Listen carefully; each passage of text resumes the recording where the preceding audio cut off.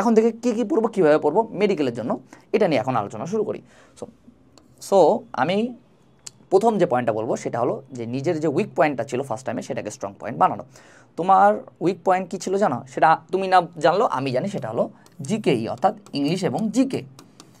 And এটা বলতে গেলে যে কোনো ফার্স্ট টাইমারেরই উইক পয়েন্ট। কারণটা কি, সে 2.5 বছর হলো ফিজিক্স পড়ছে, কেমিস্ট্রি পড়ছে, বায়োলজি পড়ছে, কিন্তু এই যে ইংলিশ এবং জিকে সে 2.5 বছর বইটাও খুলে দেখে নাই। সে কখন খুলে দেখে, যখন হলো অ্যাডমিশন টেস্ট আসে, তখনই সে মেনলি এই ইংলিশ এবং জিকের প্রিপারেশন নেওয়া শুরু করে। অ্যান্ড আলটিমেটলি সেটা তার একটা উইক পয়েন্ট হয়ে থাকে। সো আমরা যেহেতু এখন মেডিকেল সেকেন্ড টাইমার, আমাদের ফার্স্ট টাইমারদের থেকে আগায় থাকতে হবে, এই জন্য আমাদেরকে এই যে উইক পয়েন্ট আছে এটাকে স্ট্রং পয়েন্ট বানাবো।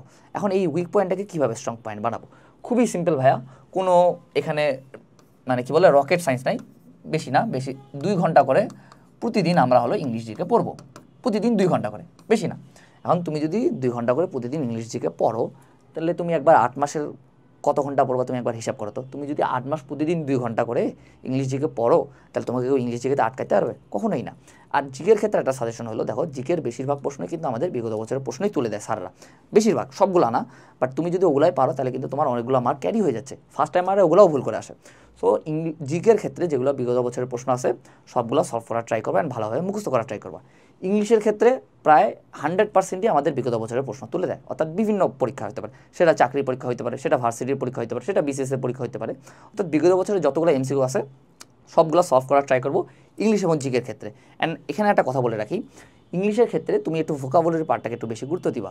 গ্রামাটিক্যাল পার্ট যেটা আছে এটা তুমি এমনিতেও পারবা, এটাতে সময় দিলে পারবা, বাট ফার্স্ট টাইমারদের মেইন উইক পয়েন্ট কী বলতো, ভোকাবুলারি, ওরা কিন্তু পারে না।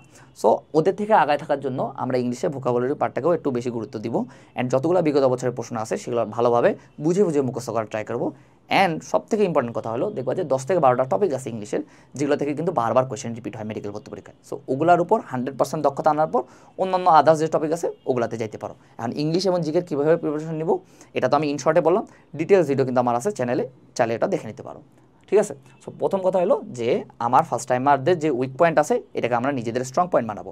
আর এখানে আমি আরেকটা জিনিস বলে রাখি, তোমার একটা বড় টার্গেট রাখবা যে আমি ইংলিশ এবং জিকেতে 25 মার্কের মধ্যে 25ই ক্যারি করব। যদি বড় টার্গেট রাখো তাহলে কম করে হলেও তার কাছাকাছি যেতে পারবো, অর্থাৎ 22-23 পায়েও পাস করে আসতে পারো। আর তুমি যদি আগে থেকে টার্গেট রাখো যে না আমি 20 পাবো বা 21 পাইলেই আমার মোর দেন এনাফ, তাহলে হবে কি তুমি মেইন পরীক্ষায় যায় 18-19 পায়ে চলে আসবা। সো অবশ্যই আমরা বড় টার্গেট রাখবো, অর্থাৎ 25-25 ক্যারি করার ট্রাই করব। এরপর আসি যে কম করে একটা অফলাইন কোচিং সেন্টারে এখন থেকে অ্যাডমিট থাকা অ্যান্ড সেটার রুটিন ফলো করে এক্সাম দেওয়ার ট্রাই করা। দেখো আমি তোমাকে কিছুক্ষণ আগে একটু বললাম যে ভাইয়া ভার্সিটির প্রিপারেশন নিয়ে এক্সাম দাও, ভার্সিটির যেগুলো এক্সাম আছে সেগুলো অ্যাটেন্ড করো। এখন আবার বলতেছি ভাইয়া তুমি যে কোনো একটা অফলাইন কোচিং সেন্টারে ভর্তি হও, যেটা তোমার পছন্দ মতো বা যেটা তোমার সুবিধা মতো, সেটা রুটিন ফলো করে প্রতিদিন এক্সাম দেওয়ার ট্রাই করো। প্রতিদিন তো এক্সাম হয় না, একদিন পর একদিন হয়, অর্থাৎ মাঝখানে একদিন গ্যাপ থাকে, এটা ট্রাই করিও।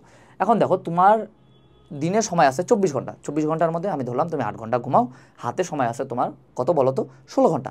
16 ঘন্টার মধ্যে তুমি 6 ঘন্টা মেডিকেলের পড়াশোনা করলা, কম করে ধরে নিলাম, অ্যান্ড মাঝখানে তো আবার একদিন গ্যাপ আছে, আর সাথে তুমি 4 ঘন্টা যদি প্রতিদিন ভার্সিটির প্রিপারেশন নাও, তাহলে তোমাকে কেউ থামাইতে পারবে?